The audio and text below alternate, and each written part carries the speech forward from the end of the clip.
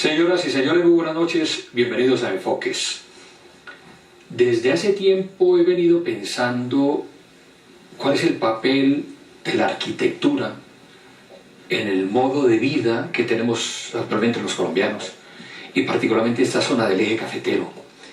¿Qué tan comprometida está la profesión, los profesionales, el gremio como tal, con la transformación socioeconómica que implica la aplicación de los preceptos propios que explora la arquitectura? ¿Qué es este tema del urbanismo? O si la arquitectura dedicarse exclusivamente a manejar espacios, volúmenes, etc., y no trascender más, o por el contrario, sí que hacerle un juicio a ella misma. Vamos a hacer dos programas sobre este tema tan interesante, con un hombre que no solamente es un excelente pensador sobre este tipo de temas, sino que además habla duro, habla fuerte y pone a pensar. ¿Qué es la idea de este programa? Para pensar la información. Se trata de Luis Fernando Acevedo Restrepo. Él es PhD, arquitecto, obtuvo el doctorado en urbanismo en la Universidad Central de Venezuela. Es egresado de arquitectura de la Universidad Pontificia Bolivariana allí en Medellín. Hizo la maestría en la Universidad Nacional en Bogotá. Luis Fernando, muchísimas gracias por acompañarnos esta noche en Enfoques. Muchas gracias, Alberto, muy complacido de estar en tu programa. El honor es mío, nos honra con su presencia. Luis Fernando, hablemos de vivienda en este primer programa, y en el segundo nos dedicamos un poco al urbanismo. Vamos a ver hasta qué punto podemos, porque es que son muchos los temas para tratar contigo. Hay un sector que está pensando si existe una burbuja inmobiliaria. Algunos dicen no, apenas se está gestando. Otros dicen no sabemos, ya está, pero no sabemos si va a estallar o se va a desinflar. ¿Cuál es la visión que hay desde la academia sobre este tema que pone los pelos de punta al extremo que olvida lo que ocurrió con Estados Unidos, casi que le colapsa la economía si no ponen las pilas?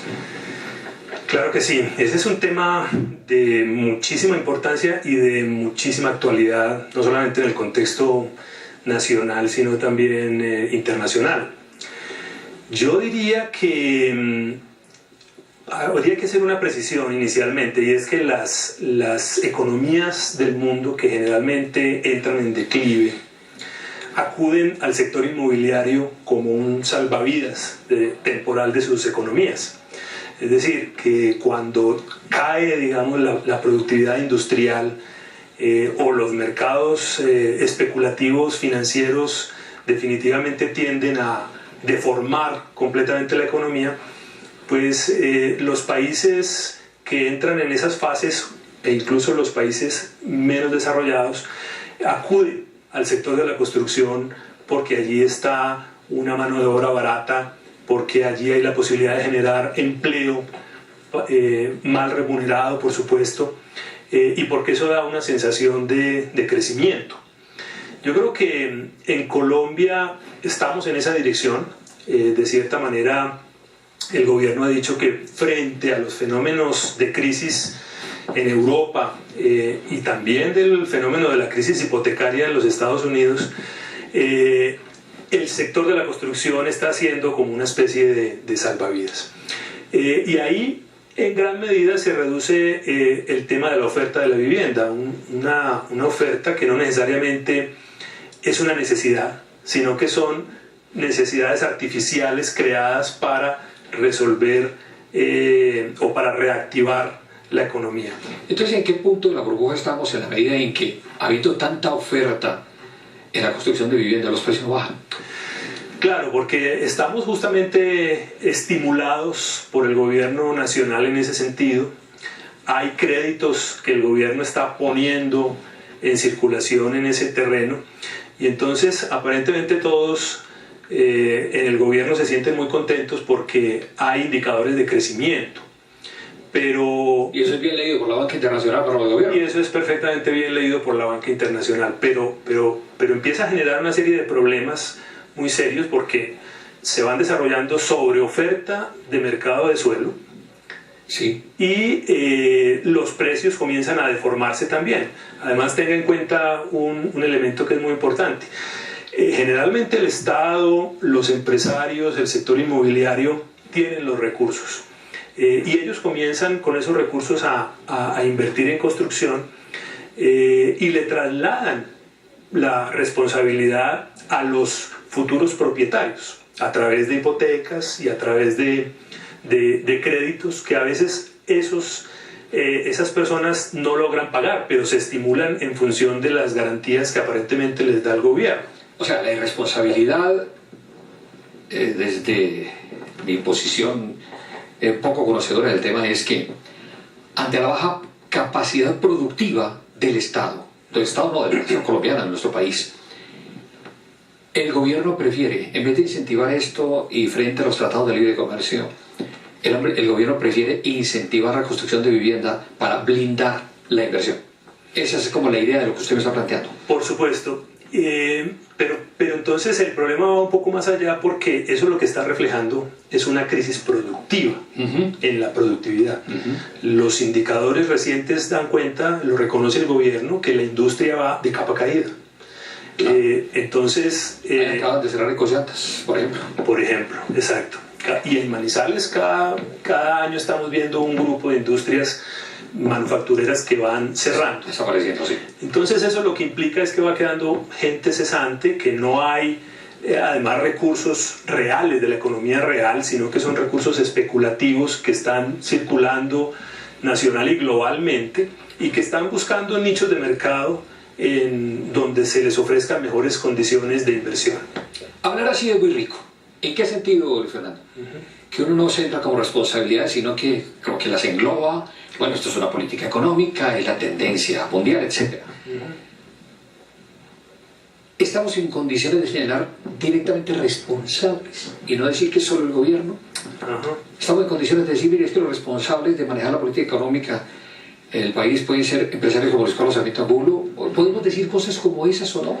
¿Que trabaja con capital especulativo? Claro, es decir, es que yo creo que hay tres aliados muy fuertes en este momento para promover esta política que tiene mucho de insostenibilidad en todos los terrenos, incluso en el terreno ambiental de las ciudades, porque pone su énfasis fundamentalmente en el crecimiento, pero no en las condiciones ambientales del territorio, y entonces ahí empieza a haber una contradicción muy fuerte. El gobierno es uno de los líderes, por supuesto, porque genera la política y estimula a los sectores inversionistas privados para que encuentren ese nicho de mercado. El segundo gran aliado es el sector financiero, nacional e internacional, porque a partir de allí se están moviendo unos capitales improductivos que tienen esa posibilidad de materializarse a través de muchos metros cuadrados que probablemente no necesita la gente. Y el tercero, todo el sector, digamos, de la construcción, ¿cierto? Que en alianza con ambos, pues mueve parte, digamos, de la economía de servicios, del comercio, etcétera, y ayuda también a generar la sensación de que vamos bien. Le voy a hacer la pregunta para el siguiente segmento. Por omisión, ¿también incluiría usted la academia? Pero para el siguiente segmento. Perfecto. Ahora, televidentes, estamos en Enfoques con Luis Fernando Acevedo Restrepo, doctor en urbanismo, arquitecto. Y con él estamos hablando sobre este interesante tema que es la vivienda. Aunque en el segundo programa, le reitero, les anticipo desde ahora, vamos a hablar sobre urbanismo. Volvemos en segundos.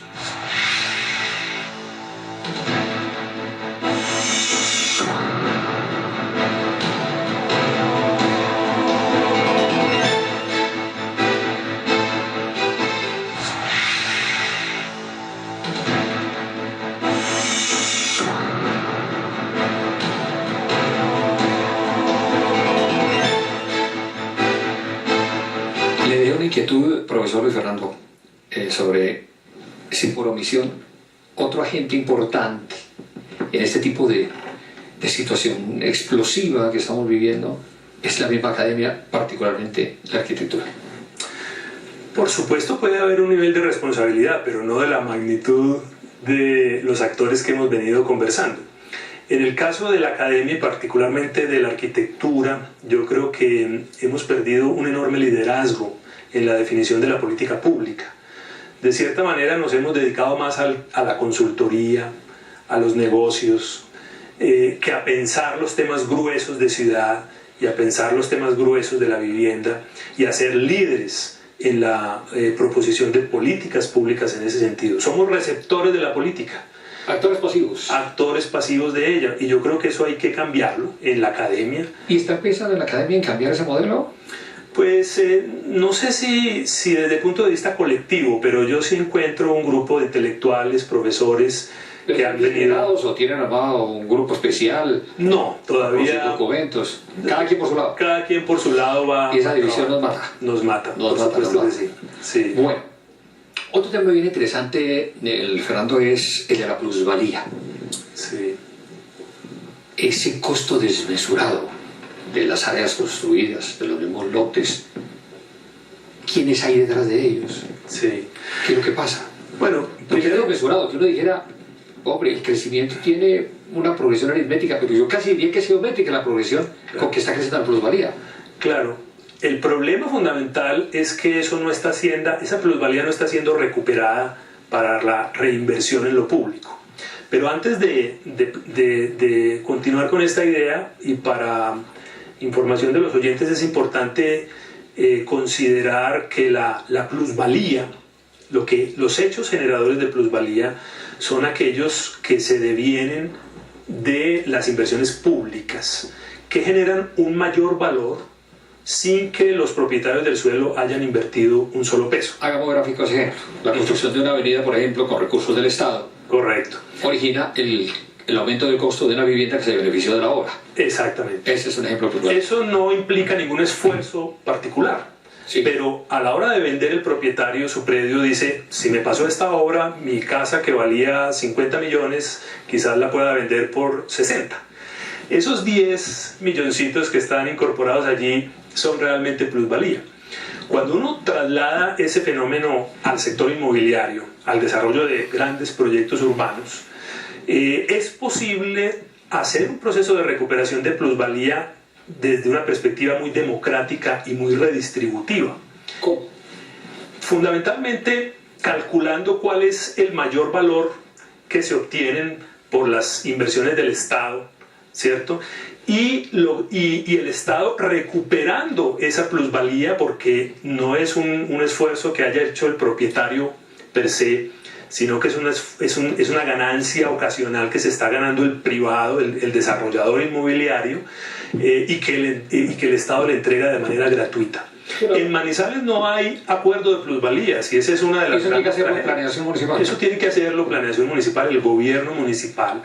Y entonces eso quiere decir que un gobierno que se ha caracterizado, una alcaldía que se ha caracterizado por hacer muchas obras, ¿cierto? Yo diría que es una ciudad infraestructuralista y en gran medida una ciudad empresa, en donde los empresarios, especialmente del sector de la construcción... Muy fuerte lo que usted está diciendo. Es fuerte, muy fuerte. Pero cuando los hechos hablan por sí solos, claro, yo creo que podemos constatar que efectivamente eso es así. Sí, evidentemente. Entonces, ¿qué sucede? Que esa economía urbana que se está generando, el Estado, el municipio, se la está regalando absolutamente a los privados, porque no está recuperando la plusvalía urbana que él mismo genera. Permítame interrumpirlo, Luis Fernando. Bogotá tiene en la administración de Petro una frase muy bonita que dice ciudad humana. Me da la sensación que contraria a ese concepto, a esa formulación de ciudad humana, tenemos la ciudad empresa, que es Manizales, o la ciudad infraestructuralista, que es Manizales. O sea, es lo menos humana posible y más bien propende por generar unas transferencias grandes al sector privado. Absolutamente. Yo creo que en este POT que está en discusión tenemos que poner de fondo esa discusión. ¿Qué queremos hacer? Queremos continuar haciendo infraestructuras, muchas veces de ellas inútiles. Por ejemplo, en Manizales. Bueno, recordemos cable aéreo a Villa María. A los campos. Al Parque de los Llanos. Discúlpenos, sí. Una infraestructura que creo algo así como de 3.000 millones, sí, absolutamente muerta, que no sirve para nada en este momento. El mismo ecoparque, mire cómo lo tiene abandonado. El mismo ecoparque completamente abandonado. Yo incluso me atrevería a decir, aunque suene poco políticamente incorrecto, que el aeropuerto internacional es una infraestructura que esta región, en mi opinión, no se merece, sobre todo en los términos del negocio que ha sido planteado, porque a la ciudad le dijeron 80.000 millones de pesos vale este aeropuerto internacional, y varios años después nos dicen que ya hicieron los estudios adecuados y que ahora vale 1.2 billones de pesos. Cuando uno mira el presupuesto general de Caldas, creo que son alrededor de 1.7 billones de pesos, y el de Manizales 1.3. Y teniendo otras urgencias. Por supuesto, se puede dar el lujo un departamento de una ciudad de construir semejante infraestructura. Yo comparto el criterio, que tampoco he sido convencido de que Aerocafé va a ser la solución. Claro. Y además creo que si potenciamos la Nubia, atiende, como decía Fabio Jaramillo Correa, unos 30, 40 años el mercado de la aeronavegabilidad en arriba. Claro, y ojalá pudiéramos discutir el tema del aeropuerto, pero en términos de la región, sí, no en función de una ciudad con aeropuerto. Estamos de acuerdo. Pues, amables televidentes, estamos en Enfoques con el doctor Luis Fernando Acevedo Restrepo. Hemos hablado inicialmente sobre burbuja inmobiliaria y ahora sobre plusvalía. Vamos para el siguiente y último segmento de este primer programa. Volvemos.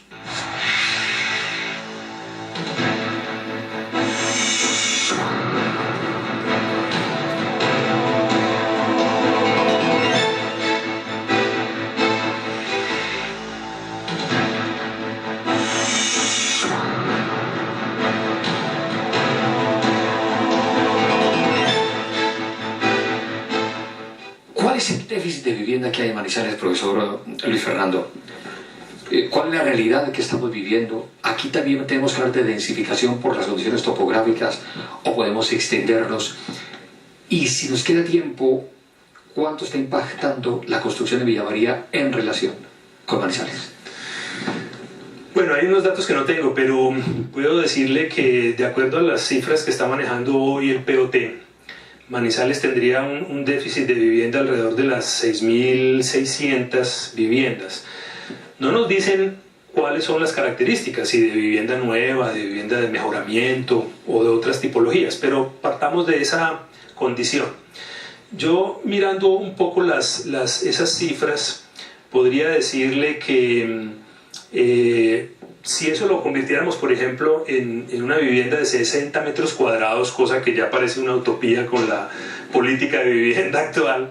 Expliquémosle a los televidentes que se trata de políticas de gobierno en las áreas de construcción. Claro, viene. No son políticas de Estado, son políticas de gobierno. Claro. Cada quien viene y dice, no, es que recuerden que tuvimos áreas de 36 metros cuadrados. Exactamente. Eso fue el principio de la administración Uribe, o antes sí, Uribe, por ahí así, 36 metros cuadrados. Correcto. Ahí quería el gobierno que se alojara una familia, 36 metros cuadrados, que es el equivalente al área del baño de un rico. Exactamente. Bueno, sí. así está. Y ahora estamos en 45, para que puedan vivir allí un promedio de 4 personas por vivienda. Eso nos da más o menos que alrededor de 25 mil personas en Manizales no tienen vivienda de algún tipo, digamos. ¿Cuántos metros cuadrados representa eso? Alrededor de 400.000 metros cuadrados. Entonces, incluyendo zonas de urbanismo. Sin incluir zonas de urbanismo. Solo 400.000 de construcción. Si acogiéramos unos estándares internacionales, nos dicen que desarrollando las obras complementarias de espacio público, equipamiento, etc., tendríamos que sumarle a eso alrededor de 16 metros cuadrados de espacio público por vivienda. Sería 64, 16, sería 64 metros, si estamos sobre 45, más 16, 64. Claro, eso nos daría otro tanto, es decir, nos daría casi 390.000 metros cuadrados. Entonces, cuando uno se encuentra frente a esas cifras, tiene que empezar a tomar decisiones. ¿Por qué? Porque si hiciéramos, como se ha venido desarrollando en muchos casos, la vivienda unifamiliar como el modelo ideal de vivienda, resulta que todas las áreas de expansión que hoy tiene la ciudad no nos alcanzarían para resolver solo el tema de la vivienda. Hoy Manizales tiene alrededor de 425.000 hectáreas de suelo de expansión, ¿verdad? Eso quiere decir que tendremos que buscar fórmulas de densificación. 426.000 hectáreas en suelo de expansión en 5 polígonos, sí, que es una sobreoferta, además de suelo muy importante, porque detrás de eso vienen 1.628 hectáreas de suelo suburbano. y hay quienes están presionando por ampliar cada una de esas áreas. Pero resulta que es que el crecimiento de la ciudad está casi en cero. Es decir, las estadísticas nos están diciendo que estamos creciendo al 0.4%. Por Dios. Entonces uno dice, ¿y para qué tantas viviendas, cierto? Cuando la ciudad no está creciendo. La política entonces tendría que centrarse, diría uno, más en estrategias de mejoramiento de la vivienda actual, de mejoramiento de la dotación de infraestructura, por supuesto también de oferta nueva, pero es que ese debate es muy fuerte. Las cifras que nos están entregando es que en el área urbana hay aproximadamente 107 hectáreas disponibles de suelo urbano en general. Y si uno tratara de resolver, por ejemplo, estas áreas de construcción alrededor de 5 pisos, sí, nos permitiría más o menos, sin resolver el tema de espacio público, resolver este tema en 80 hectáreas, según mis cálculos. Para las supuestas 6.000 para las supuestas 6.600 viviendas. Entonces son decisiones de ordenamiento territorial decir cómo vamos a crecer. Si vamos a crecer de manera explotada, como hoy en día, o dispersa, como lo dirían los técnicos, o vamos a hacer un esfuerzo de densificación mayor, pero a partir de reconocer las múltiples posibilidades y tipologías de vivienda. Pero tenemos que optar por una cosa, sí, no por todo a la vez. Bien, y estamos finalizando este espacio, pero no quiero que se vayan sin esta respuesta. El PBOT y el PBOT y el POT, el unos para los municipios, otros para las capitales, ¿está siendo elaborado responsable y profesionalmente o están enfocados al concepto de ciudad-empresa o ciudades exclusivamente de infraestructura? El tiro al aire. Claro. La primera generación de POTs estuvo muy orientada hacia el tema de la competitividad. Cómo lograr posicionarse en los mercados nacionales y mundiales. Yo creo que eso mató muchas de las posibilidades de que los POTs fueran una herramienta fundamental para eso, porque todo el mundo quería ser el eje, el epicentro de los mercados mundiales, así estuviese en las áreas más alejadas de los medios de comunicación y etc. ¿Esa política original del Banco de Desarrollo, Banco Mundial, Fondo Monetario? Claro, viene de todo eso y se inspiró mucho en la política de Michael Porter, que era el estratega de la competitividad de los años 90, y nos pusieron a todos a pensar que podíamos conquistar todos los mercados de China y del Pacífico mundial, ¿cierto? Hasta un minuto. Eso fracasó. Yo creo que hoy hay que tener una visión, en mi opinión, si se me permite el término, más endógena. Es decir, necesitamos mirar cuáles son las condiciones reales de nuestro territorio para ver cómo las fortalecemos y a partir de eso cómo establecemos políticas diferenciales que no necesariamente son competitivas, sino complementarias, en función de mejorar las condiciones nuestras. Eso, en resumidas cuentas, apunta a mejorar la equidad y la justicia. Si quisiéramos apostarle a eso. La dificultad. Sí. Profesor Luis Fernando Acevedo Restrepo, muchas gracias por acompañarnos en este primer programa. Nosotros ahora, evidentemente, vamos a grabar a continuación el siguiente, cuando vamos a tener la oportunidad de hablar sobre urbanismo. Muchas gracias por su compañía y los esperamos dentro de 8 días. Feliz noche. Muchas gracias.